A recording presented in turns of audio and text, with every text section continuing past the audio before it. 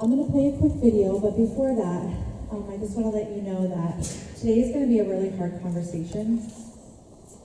And I come here with a heavy heart, not just because Monday was the anniversary of the time I lost my son, but I come here with a heavy heart because I know that you guys have had a tremendous amount of loss. And I know that it might not have been the same situation, but grief is very hard. And my heart has been with you through your tragedies. So I just wanted to make sure I acknowledge that because it really it's hard for you guys. You're young and it's very confusing. And so I just want you to know what you have support from me. If there's anything that you need, okay? I just wanted to recognize that. I'm going to play a quick video. If for some reason the noise does not come through very well, I'll kind of explain what's going on. But I wanted to, oh, perfect. Sure. Who was Joey Ginger? That was my son.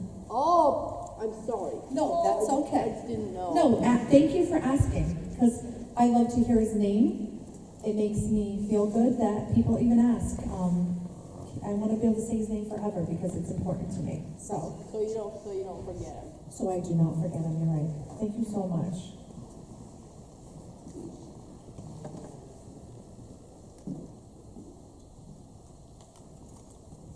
Okay, well, normally it would be noise. This is my son playing baseball. He graduated in 2010. This is March of 2015. He returns to his school, which is Finch High School. There it is. Which really destroyed my life. It put my life on hold for about 3 years. Which is really tough to talk about because I did some things to my parents, which I really wouldn't have done if I didn't do drink alcohol. And the fact that I've never stolen anything in my life from anybody except for my parents, which is obviously really tough. The whole thing here is that I'm a really good kid. And like, everyone in this room is a really good kid. Every parent in this room is a really good parent and a really good person. And it can happen just like that. I've never been more proud of Joey than I am right here, right now, for what he did today. This would be the last photo on December 10th that we would take together as a family. It's the day before he passed away.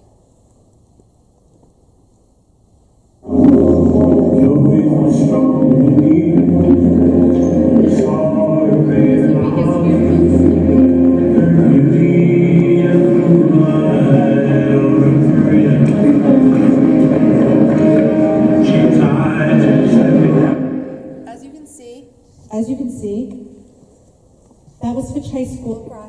That was my son's funeral. That next day, that picture was taken about 4:30 in the afternoon on December 10th. And by 1:33 that next following morning, my son would have been at a bar and he would have been asked by someone to go check on a girl that they were worried about. You see, a couple had walked in and they were arguing, and my son did not see it. And when they left abruptly, someone was very concerned for the safety of that young woman. So they said to my son, knowing who he was, because he honestly had that type of smile and that kindness, and he always worried about people and he would do anything for you, they knew, I'll go to Joey, he'll go say what's going on. Joey walked outside to hear screams, so he ran to the back of the building. What he saw was horrific. He saw a guy beating up his girlfriend in the back parking lot. I know this is hard, you're young, this is a tough thing to happen, but it happens every day. Domestic violence is very real, and it happens. My son was brave, and he got between them. There was no fighting between him and the other man, but he stopped the guy, and he saved that girl. But unfortunately, the cops were called, and the person shot my son 3 times. And one of those bullets hit his heart. And this happened right around the corner of my house. My emotions are a little raw right now because I just heard his voice. As you can imagine, as a parent who's lost a child, I don't get to hear his beautiful voice anymore. Joey was so relevant in his community. He left his footprint. because Joey was an awesome athlete, had a bunch of friends, but as soon as he graduated high school, he didn't get into the college he wanted to go to, and he quickly went to smoking pot. It kind of made him feel more relaxed. His anxiety was really high.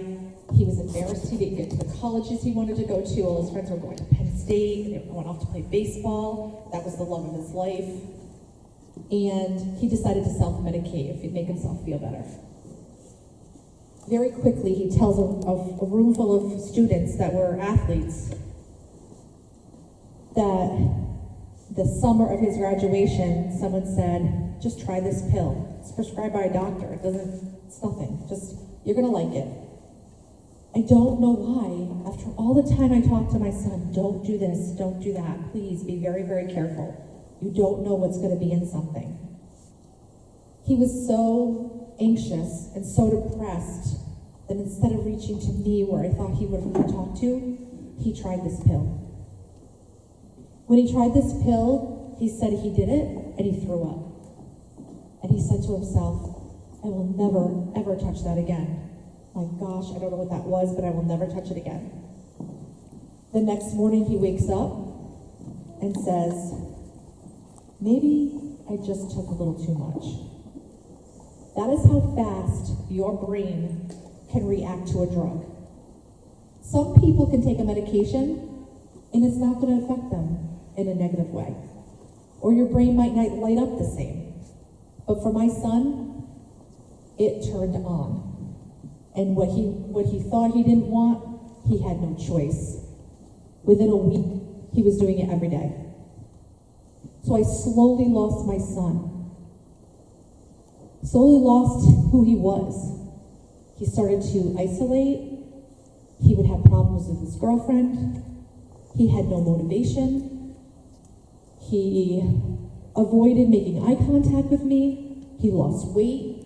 And all this stuff, as a parent, I didn't want to notice what was going on. I wanted to believe that he was, he was struggling, but he was going to find his way. Bravely enough, as a family, we stood up and said, we're going to get you to treatment. And he went off to treatment. And he found recovery. And he spoke at school. And we did this because I said to Joey, hello, I lost it. Lost it. We lost power? I can still speak loud, it's fine until we can figure it out. I said to Joey, I think that, thank you.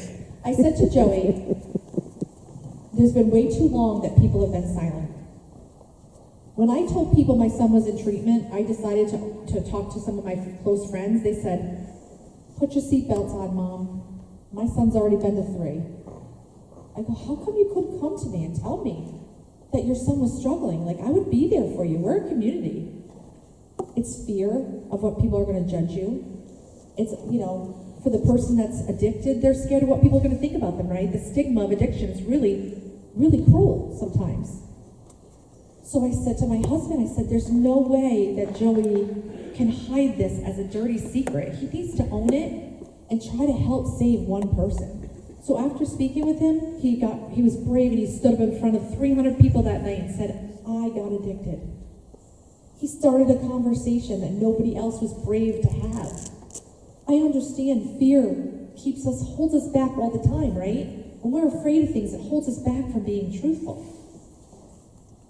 So he spoke out, hence is where we started, community speaks out. Joey can't be the only one talking out, everybody else has to start talking out. Or speaking out. Joey would not be his first time going to treatment. He did slip, because unfortunately addiction, once it gets a hold of you, it becomes a disease in your brain. It literally changes your brain. It changes the neural pathways of your brain.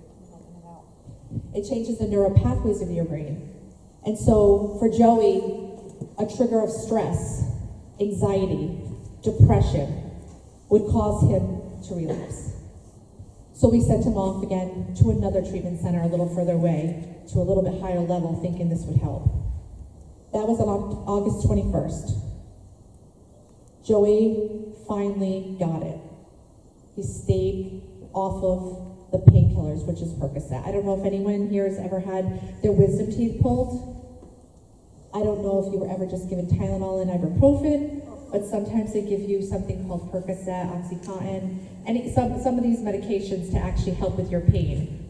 Now, I was outside and I noticed there's a lot of, soccer and baseball and sports, and I will say that you guys are kind of in a high risk factor because you guys can have some injuries and they can be significant, and sometimes they warrant to have some kind of pain medication, and you just have to be very, very careful, and your parents have to get educated, and you too, that you have to be careful when you put a substance into your body, whether it's prescribed by a doctor or it's not. So Joey got it. He started working with Community Speaks Out. He started helping people. And when he died, he was able to die a hero, giving back to somebody. But as a mom, I knew I had met Joey where he was at. He was off the opioids, but he was 24 years old when he died. And what do you do at 24? When you go meet, when your friends are back in your life? He went to a bar. So in my heart, he wasn't at that bar. Maybe this wouldn't have happened. My message to you today is really, really important, because you're at the age where I help people every single day in active addiction, whether they're 23, 24, 25, 30, 40. And whenever I speak to them, I say to them, when did your substance use start? Well, I started drinking alcohol when I was 10, 11. Really? I've had individuals that were hooked on heroin by the age of 14. So what's the age group here? You're up to 14 in this group, right? Yeah, 14. 12, 13, and 14-year-olds. And I'm sure in this room, there are somebody that's already tried a substance. I hope not, but statistically, it tells me someone's tried something. Or at least been introduced to it, and hopefully said no. Some of you might live with this in your own households. You might go home to someone that struggles at home. Our life is about choices,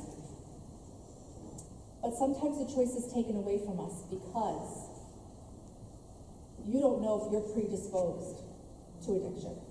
You don't know how your brain is going to react when you put a substance in your body. Right now we're working with a doctor that has a lab, and I'm going to talk a little bit about marijuana because now that Connecticut has legalized marijuana, it's kind of put a green light on it. Hey, if it's legal like alcohol, let's just do it.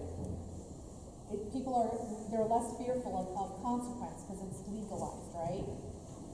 This doctor has been doing studies on the marijuana that's on the streets, and if you knew the words that I heard, my mouth just dropped open. He said 20%, which is a decent amount of number, 20% of what he's testing of marijuana on the street have fentanyl in it. So that's staggering. So for somebody thinks that they get marijuana on the street, they don't know what's going to be in it. That could be your first time, could be your last time. And do you really want to take that chance? You have your whole life ahead of you. I'm sure that there's people here that want to be, a lawyer, a doctor, a police officer, a welder. I mean, the world is your oyster. You have hopes and dreams, right? I can promise you addiction steals hopes and dreams away from people. I want you as a group to be able to go off to high school with no problems. Is that reality? No. Life gets in the way. You guys are under so much pressure to get good grades. You're under so much pressure to excel in sports, in the arts, anything. There's pressure put on you every single day. And that's why I want you to, try to figure out a way that you can manage your stress, talk to people. If you feel sad, if you feel anxious, go to your counselor. She's amazing. She's probably one of the nicest counselors I've talked to in the schools. I mean, you have that resource, use it. Life is hard, you guys. I'm not going to pretend it's hard. And I'm not going to pretend it's there's so much pressure when you're with somebody, just try it. It's not gonna hurt you. But when you know, honestly, that your first time can be your last time, and you really put that in your brain, that your first time, is it worth it being your last time? I can tell you as a parent, I live every single day. I'm looking around the room. I'm making eye contact with every single one of you, right? And I think to myself, I don't want his mom to have to wake up and just try to get dressed every day just to move on and move forward. I don't want his grandmother to feel like I'll never see my grandson again. It's permanent. I'm not gonna get my son back. A split second changed everything for me. Yes, honey. Right as you snapped, one of the lights turned off. That was pretty cool. Who knows what that was? Yep. Can you believe your son is with you? Because I had a grandma who died at the beginning of the year. My grandma died 3 years ago. And her spirit, like, is actually in my house. Last night, she turned on the TV and Do I believe he's with me in spirit? I think it's different for everybody, their beliefs, right? I believe that Joey works through me because I believe he wants me to be here to make a difference in just one person's life today. That's what I believe. I believe if it wasn't for what my son went through and that he lost his life, that there was a higher purpose for that, right? So maybe the sacrifice was that it's going to make a difference in someone's life today. Yeah. Did they ever catch the guy that shot him? Yeah, they did actually. He actually fled, and he got to the Canadian border, so he tried to leave the country.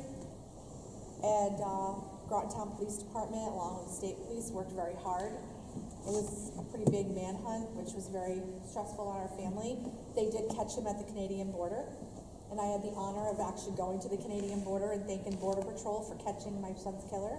He is in prison, so What he deserves. that's what he deserves, yep. He made a very big mistake. Yep, go ahead. He played basketball as a kid. He tried football. He tried every sport, but baseball was his everything. He was a pitcher. He was awesome at it. Yeah. Thank you. Yeah. Is he your only child? No, I have a daughter. You would think that he was my only child because my whole life is consumed with my son.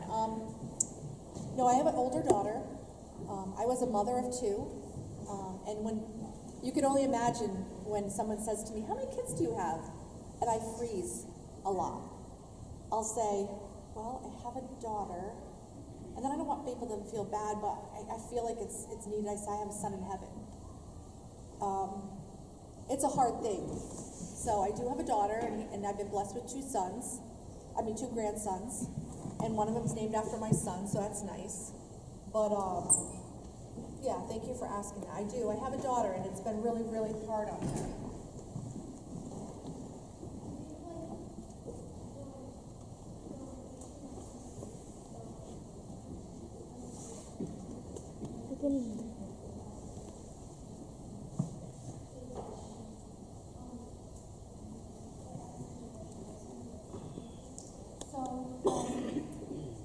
I wish I could tell you, yeah, and that is an unbelievable question. I've never had anyone ask me that, so thank you. Believe it or not, there's times in our lives where, we're not making the right decisions, and things are not good for us. She was in an unhealthy relationship, a thing that, something that she shouldn't have tolerated, so she kind of stuck by his side. She kind of said that my son was my new husband. So it was really hard, but I'm going to be really honest with you. My birthday is March 20th, and last year I found out she was pregnant. I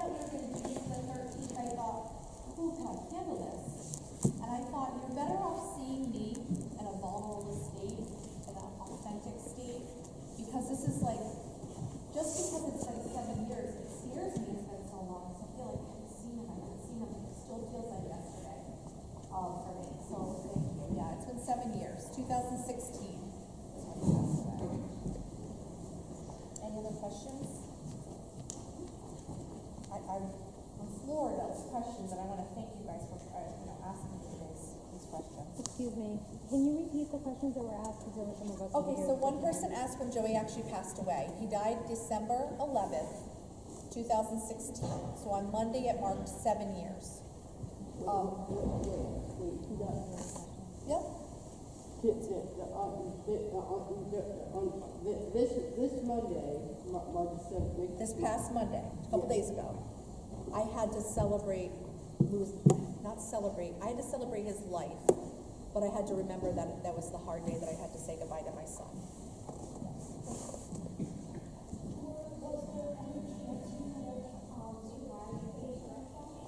So she asked if there's any chance that he could survive, and I know this is hard, you know, and I think it's important that you ask these questions, because these are tough questions. Unfortunately, my son sustained 3 gunshots. One to the stomach, one to the back of the leg, and unfortunately, one hit his heart. So, he really did die there. They tried very hard to save him, but he died right there. So, there's no chance of saving him. I mean, I've heard other people get, you know, just, when you hit your heart, that's really tough to come back from, so. And another question was did the girl that my son saved appreciate it or understand what he did for her? I think because the girl possibly was in active addiction then, I know she was very intoxicated that night of the event. It's hard for you to be your genuine self or your authentic self when you are under the influence of substances. And she cared about the individual that killed my son, so she unfortunately did not express that she felt bad. She felt that my son should not have intervened and should have minded his business. That's hard as a parent to know that. But I know in my heart that, like my son said in that video, you guys are all great kids. I can see it in your faces. He was a great kid. Just because he got addicted to Percocet does not make him a bad person. He got sick. And individuals and adults that you see on the street that maybe are homeless, always remember, people are one mistake away from really coming in to getting in that situation, right? We're all one mistake away from really changing our lives. So it's really important to really stop and take a breath and think before we answer, do you want to try something? Because I'm gonna keep saying this home to you, the first time in our reality right now, more things are being put in things that we just don't know what's in it. You know how pretty they're making pills now and candies, and I'm sure you've heard of things that happen in Hartford school system where a kid had an edible. That child's body could not metabolize a high THC level. So they took a bite of this candy was probably bought from a dispensary, but it has such a high level of THC that they couldn't handle, their body couldn't handle it, they're young. Your brain, your body is not meant to consume alcohol or any kind of drug like that. It's just not meant for it. Your brain's not ready to even have the longer you can hold off even having a glass of wine, when say you're 25, you wait till you're 25 and you're able to have a glass of wine at dinner, you're less likely to become an alcoholic the longer you let your brain develop. If you start at a very, very young age, 10, 11, 12, 13, 14, your brain does not continue to flourish. So when I meet people at 29 years old that started at 17, they're still 17 mentally. Because there's a couple components to addiction. If there's the mental part, and our mental health right now, we're in crisis here in America. You guys have been through a lot. You've lived through the COVID crisis and the isolation. So there's a lot of anxiety and depression, and you guys have got to be able to rely on each other.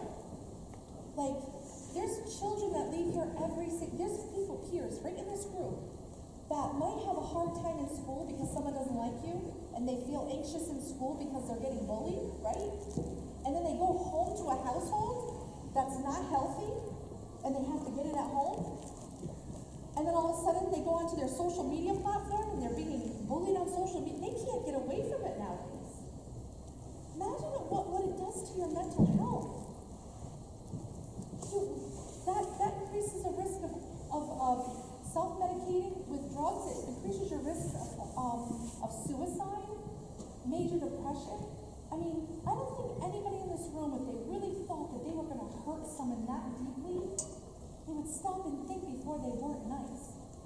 whether they weren't wearing the sneakers that you think they should be wearing, whether they come to school because they don't have the nicest clothes. Kindness goes a long way in a school. I was telling your guidance counselor, one of your biggest superpowers that you have is your smile. How hard is it for you in the morning when you get up in the morning, when you come to school and you see someone maybe that looks a little down, just to give them a smile to make them feel a little better? It takes so much more energy to be mean to somebody than it does just to be nice. Someone drops something, help them pick it up instead of laughing at them. It goes a long way. It truly goes a long way. I don't think anybody would want to be, that really means to be mean, right? I think that sometimes kids are going through some struggles and it makes them deflect off of what they're going through to put that onto somebody else, but that's not the answer. This is your community. You spend a lot of time together. You've had a lot of tragedy. And this is when you come together as a group and you support each other. And if you're worried about your friends because you think they're going down the right path, talk to somebody. It's not because you're not being a good friend, you're actually being a good friend. If you think you know your friend is drinking a lot, or using a substance, or bringing a vape pen to school, that's a whole other demon that's so bad for your health. But if you think someone's hurting themselves, and to some people they think it's nothing. But to really truly care about somebody is to speak out about it. To speak up. Because you might save their life. You imagine saving someone's life, how good that would feel? What I'm left with my son is that he saved someone's life. I might have to live the rest of my life not hearing that voice, seeing that smile, hearing him yell mom in the morning just to frustrate me so I can say, what do you want? And just to say I love you. I won't hear that anymore. I don't want your families or whoever's raising you to have to live without that. And this is real. It's dangerous. I don't want to just stand up here and say, just say no. That's silly, right? It's more than that. I want you to treat your body the way it needs to be treated. You get one chance at this. One chance. If for some reason you decide to do something and you don't know what's in it, it's your last chance. If you have family members that are struggling at home, I don't want you to feel like it's over. This is why the work we do at Community Speaks Out is so important.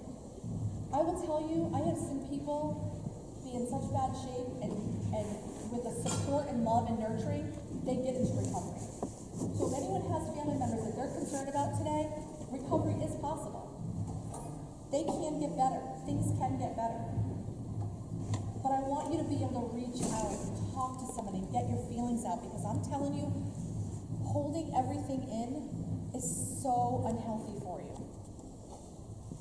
Is there anybody here, just by a raise of hands if you're comfortable, that actually knows someone that might have died of an overdose?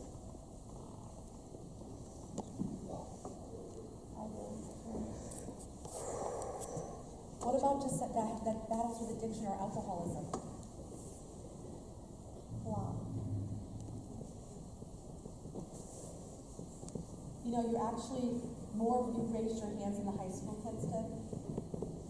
Because I feel like at your age right now, there's a little bit more, you're not as closed off. And that's why I thought it was so important. I'm so grateful to your school, because I think this is exactly where we need to be.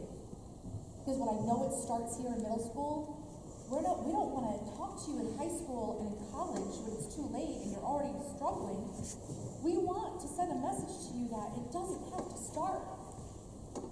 You don't have to struggle. When a person's in active addiction and they know, well, let me just tell you, when you're in active addiction and you don't have the drug that you need to make your body, to make yourself feel better, it's like having the flu times 100, right? If you're coming down and you're detoxing and you don't have your drug, and you're detoxing off that, everything hurts, you're sick, you're vomiting, it's awful. And you know something as small as a grain of rice or just a speck of salt will actually take all of that pain away, why would you not want to try to make yourself feel better?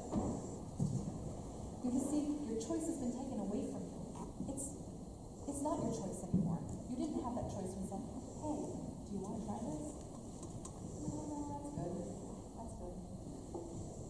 But once you do, the choice is taken away from you. Because your body starts to become dependent on it.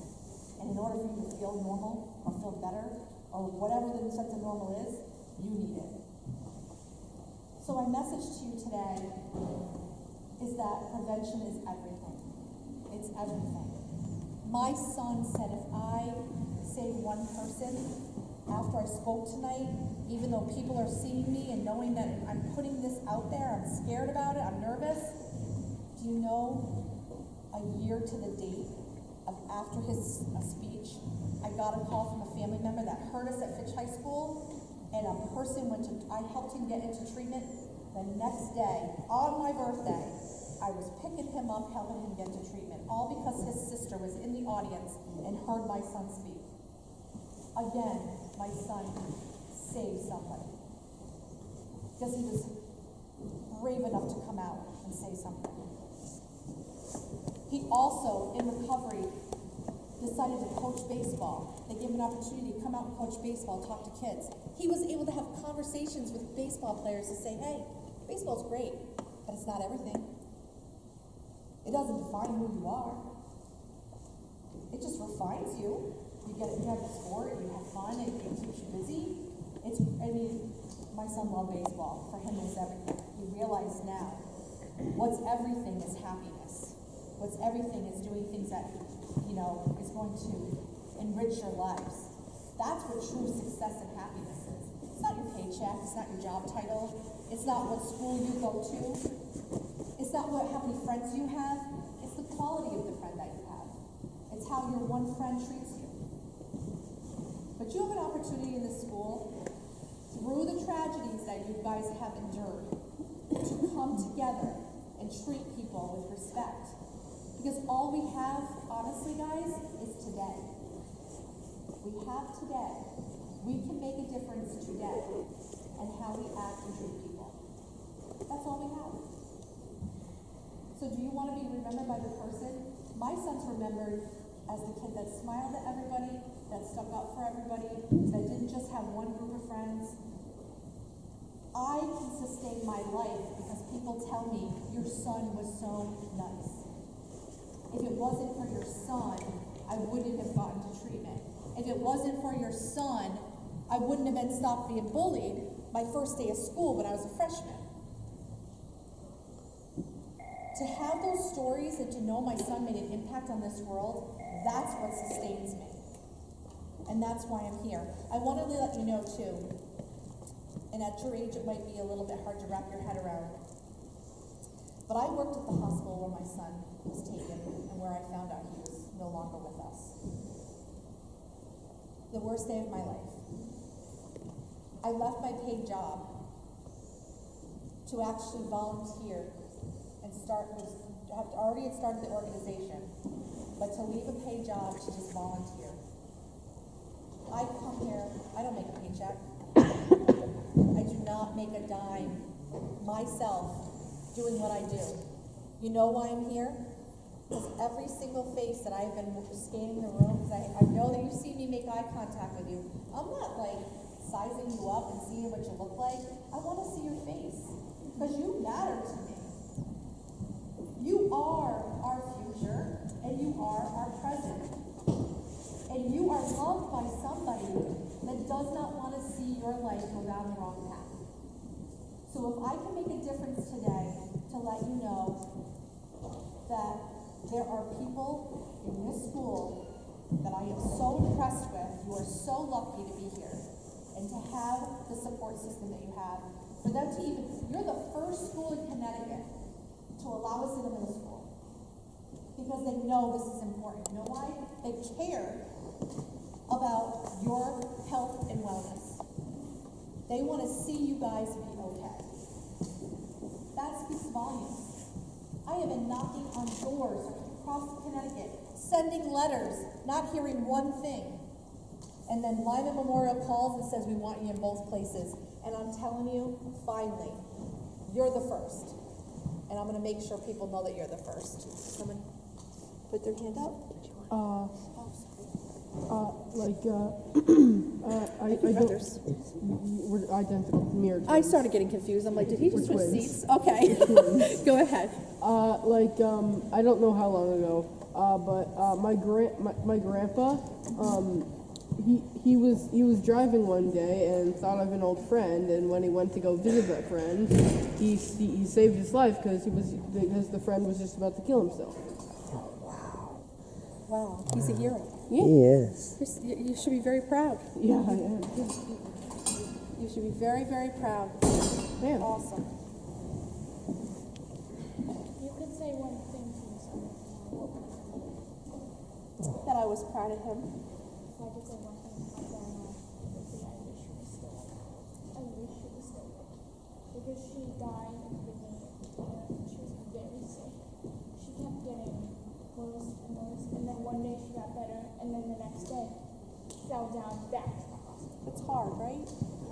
She was the only, I was her favorite of all her grandchildren, and she was the only one who understand that when I got in trouble, I ran down there. I didn't care if my parents were yelling at me. I ran down there. Because she would talk me through it, she would help me, and she would help me with homework. Even if she didn't understand me, I didn't care. Keep sharing, honey. Keep telling your grandma's story. Keep talking about your feelings. Because, see, that's what's important about keeping us healthy, I right? love when people ask about my grandma because What was her name? Sally Claire, I will think about your grandmother. she said it was, wasn't 80s, she wasn't in that. And she lives through you because you're going to tell her story about what an amazing woman she died was. 2 days after her birthday, And I'm so or sorry. a few days after. So you asked me if I had one more thing to say to my son. Of course I would say to him, I wish he was here, I wish he could come back. Selfishly, I wish he hadn't helped that night. I say that, and that's really hard for me to say. Because I wish he was still alive, but you know what? At the end of the day, my son did the right thing. And my mom tells me, you can never bring her back. You can never do anything to bring her back. But, you know what I tell her? I wish she never got sick. I wish none of this would have happened. I'm about to be 14 in 2 weeks, and I wish she would see this. Well, you said you believe, so she does see this. Okay? She does see She knows this. everything. She knows her. She knows her. She knows her. She knows everything. Yes, absolutely. Any other? Okay, good. I could just say, I don't know if you've got like maybe 15 more minutes or something, but you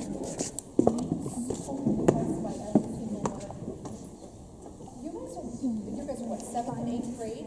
Yes. Quiet and attentiveness. It's amazing. Have a pretty awesome school.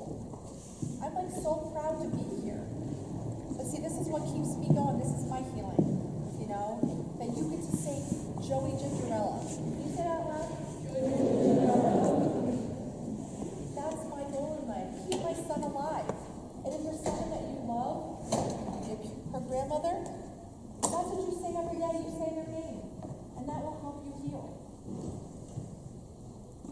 And when you guys are in the middle of like really feeling stressed out, I always say breathing is such an important thing. This was very heavy today, and I always and I did this on the way up here. I just put my feet together, and I just take a deep breath in, and I let it out. Because if I don't, can we all practice that? I know it sounds silly, but it helps with anxiety. Just go in. When you feel like things are really hard, it doesn't matter if you're in school, it doesn't matter who's listening to you, if you're struggling on a test or question, you're getting anxious, take that breath. That's all it takes to break up that anxiety start fresh and get a new perspective on what you're doing. It's so good for your mental health just to breathe. We are always rushing to do things.